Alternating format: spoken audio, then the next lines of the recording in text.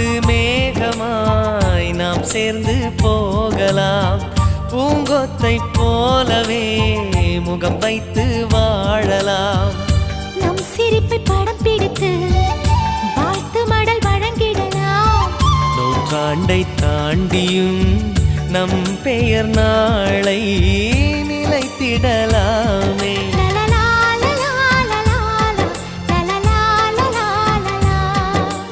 Happy new year, happy new year வந்ததே. அன்பை சொல்லி ஆசையுள்ளம் துள்ளுதே.